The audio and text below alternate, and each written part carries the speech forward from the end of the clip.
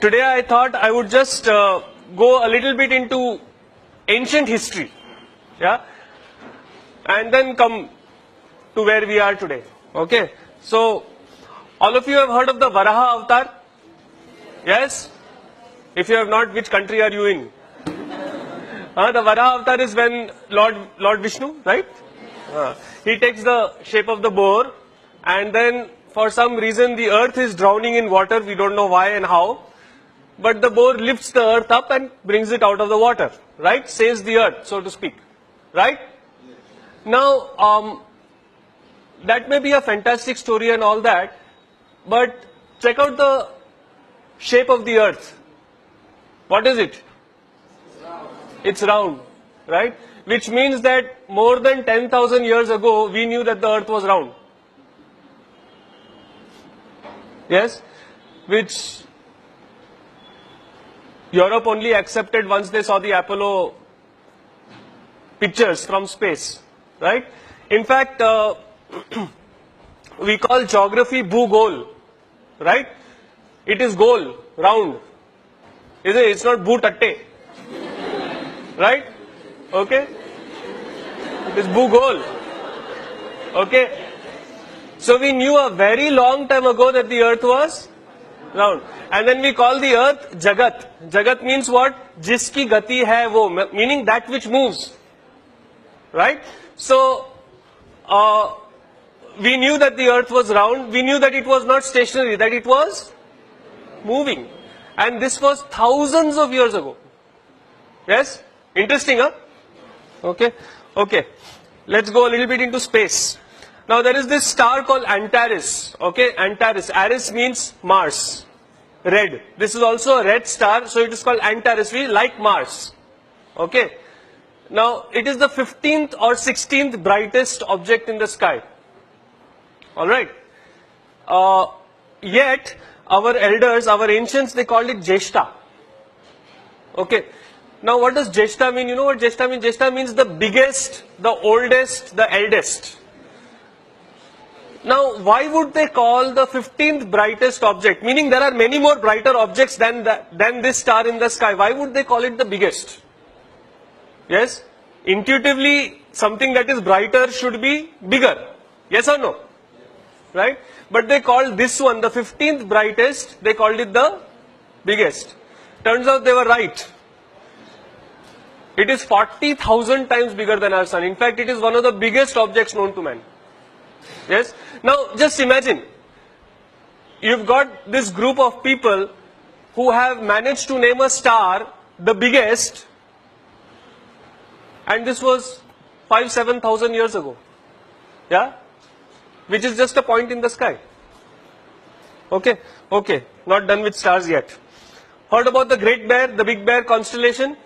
Yes? Okay. So, we are interested in that star. Okay. It is actually not a star, it is two stars. Yeah. Now, this itself is a big deal. To figure out that that particular point of light in the sky is two stars. Okay. And it is called the Arundhati Vasishta. It's called Arundhati Vasishta. And in South India, there is a tradition where after marriage, yeah, the husband and wife are supposed to go out in the night and look at this particular star. Okay, now, funny tradition. Right? Okay. Now most twin star systems rotate like this, like one star is in the middle and the other star is going around it. This is definitely not the way a husband and wife should be. Isn't it? Right? But Arundhati Vasishta, this particular system moves like that. Now, first, to figure out that that is a twin star system. Second, to figure out that it rotates in this way and not in that way. This is not something which is easy or obvious, is it? Yes? Third, to do it without telescopes. Yeah? Okay, metallurgy. Dinesh is BTech Metallurgy from IIT Bombay. You know, there are these pillars which are rust proof in India. Do you know about them? The most famous one is in front of Qutub Minar. Yes? This is a 1,000-year pillar 1,000 years old, and even the pollution of Delhi has not touched it.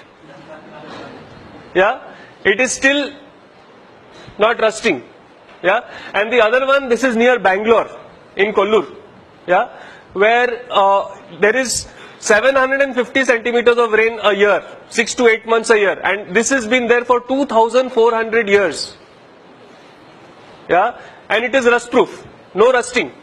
About the second pillar, what is more interesting is it was not built by any expert. It was built by the tribal, the aboriginals of that area to welcome Adi Shankaracharya when he came to their village. Yeah. So this technology was there, not even with like the learned Brahmins or something like that. It was available to the tribals. Yeah. Then there is this mystery of zinc. You know, India held the sole knowledge of how to remove zinc from zinc ore for 4,000 years. Yeah, because zinc, it's a very, very interesting thing. Zinc, from the ore, the zinc becomes liquid at 997 degrees Celsius. But that same zinc then vaporizes and becomes gas at 1000 degrees Celsius. So it is only a 3-degree window that you have to pull that zinc out. And it is incredibly difficult. Yeah? You know what we did? It was very interesting. See, usually if you see a furnace, kya hota hai? There is the furnace and then something is coming out and being accumulated. Isn't it? This is the way most distillation is done. Yes or no? You've got the heat from the bottom and something comes out and it is collected. Now, when the heat was coming from the bottom, what would happen? The zinc would become liquid. It would go down or it would just evaporate and go out. Right? So what did these people do? They turned it upside down. They put the heat on the top and they put an ice bath below it, cold. So it would come down, then it would go in the cold, it would solidify and you would get the zinc. Yeah? For 4,000 years we kept this technique secret over here. Yeah? All the zinc in the world was made only by India. Nobody else could make it only. Yeah? Then one Chinese fellow stole it. Yeah? And then one British fellow stole it from the Chinese. There was this guy called William Champion who made the first zinc distillery in Great Britain in the year 1543. Before that, for 4,000 years, if you wanted zinc, you had to come to us. Nice shloka in the praise of Lord Krishna. When you look at this shloka, do you think that there is anything special about it? It is like all other shlokas. Oh Krishna, you are great, you are this, you are that. Yes or no? Right? Only thing is there is this thing, there is a protocol called the Katapayadi Sankhya. Okay? Took me a long time to learn to pronounce that. Yeah. So there is this Katapayadi Sankhya where they give particular alphabets, particular numbers. So for example, Katapaya is 1 and so on. And then if you substitute these numbers in this shloka, you know what you get? The value of pi correct to 30 decimal places. Yeah. So we knew how to do encryption also. Yeah. Acha, now, don't you like this, what I am talking about? So clap and tell me, no? Yeah. You know, I am not used to just talking to an audience. I want audience feedback also. Alright? Okay. If you don't like it, then I do like that. So I know. Now recently I had been to Goa, and in Goa there is this place called Vasco da Gama. You have heard of it, right? Now, why is Vasco da Gama called Vasco da Gama? Because there was this fellow from Portugal who came and supposedly discovered India. Right? Okay, let me tell you the true story. This story is in Vasco da Gama's own journal, which is there in Lisbon today. Okay. There were two guys who went searching for India. One of them was Christopher Columbus. The other was Vasco da Gama. Okay. Now Christopher Columbus, he went in the opposite direction. From Europe he went up. Okay. And he found America. Only he thought America was India. Okay. That is why the natives of Americans are called Indians. That's where the Indian name comes. Because he thought, मेरे को India मिल गया. Right. So he called those people Indians. He called them Indians actually. Then the other people came and, called them red because they were not white. Yes. So that was Christopher Columbus' story. Vasco da Gama, he went in the opposite direction. If you know your geography, he came down from Africa, and he was too chicken to go out into the main sea. You know, he would only sail keeping the coast in view. Okay. And he was having the biggest ship available at that time in Europe. Alright. So he came all the way down to the Cape of Good Hope. Okay.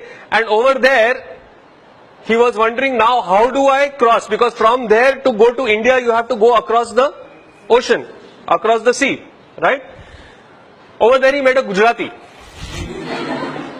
whose name was Kanha. Okay, he does not mention the surname, possibly Patel. Okay. Yeah. So he met this Kanha Bhai who was a trader from India, from Gujarat, who had ships 12 times the size of this ship. 12 times. And remember, Vasco da Gama's ship was the biggest ship in Europe at that time. Okay? He had ships which were trading ships. Forget about military ships. Trading ships which were 10 to 12 times the size of Vasco da Gama's ship. And Vasco da Gama's ship was escorted with 3 ships. Like in formation, his ship was in the middle. Those 3 of our Indian ships escorted this guy to Goa, to India. Yeah? So maybe we should call Kanha, no? Yes?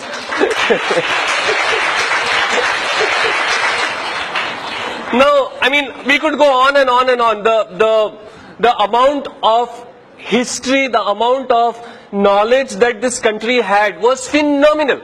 Absolutely phenomenal. Yeah? And what was even more phenomenal was these guys had this knowledge 5, 7, 10,000 years ago. Yes, when Europe was still, you know, using bow and arrow to kill deer, our people were distilling zinc. Yes. Now, how did they have this knowledge? Yes. Now, there is only one reason. All our scientists were saints. All of them did pranayam, all of them did yoga, all of them meditated. Yes. So what happened was, because when you have trained your mind like this, when you have meditated, when you know how to do this, and you have done it for appreciable number of years, then you are no longer limited by physical instruments. If you want to go into outer space, you close your eyes, boom, you can go. If you want to go into the depth of the atom, you close your eyes, you can get there. And then you are seeing it, right? So it has to be accurate. That is how Arundhati Vasishtha turns out to be a twin star system which rotates around each other. Yeah? Are you getting what I'm saying? Yes. Yes? That is how you can figure out how to make rust-proof iron, which even till today we have not figured out. Yeah? So the basis of science is spirituality. Yeah? And this wealth that our country has, I will not say had, this wealth that our country has was systematically destroyed by the British when they came here. Yeah? They rewrote our history. So that when they left us with a legacy of being ashamed of our own culture and our own tradition. Yes, you know, in Delhi we know this very cute old couple. Uncle is 81 years old, auntie is 71 years old, and they will be celebrating their 50th wedding anniversary like next year. His father was the first Chief Justice of India, Bhandari, Mr. Bhandari. Yeah, so very well connected and all. So he went to all these British schools, and over there they would say, you know, yoga is for freaks. You should do PT. But unfortunately, do you see that even in today in schools you do PT, you don't do yoga? Yeah. So we have got independence, it's 60 years, but we are still thinking in those terms only. That is what the British wanted. Yeah. To break this country, they had to break the education system and break the traditions. If we want to build this country again, then maybe it is time to come back to learning, studying yoga, meditation. Yes? Yes or no? Yes. Right?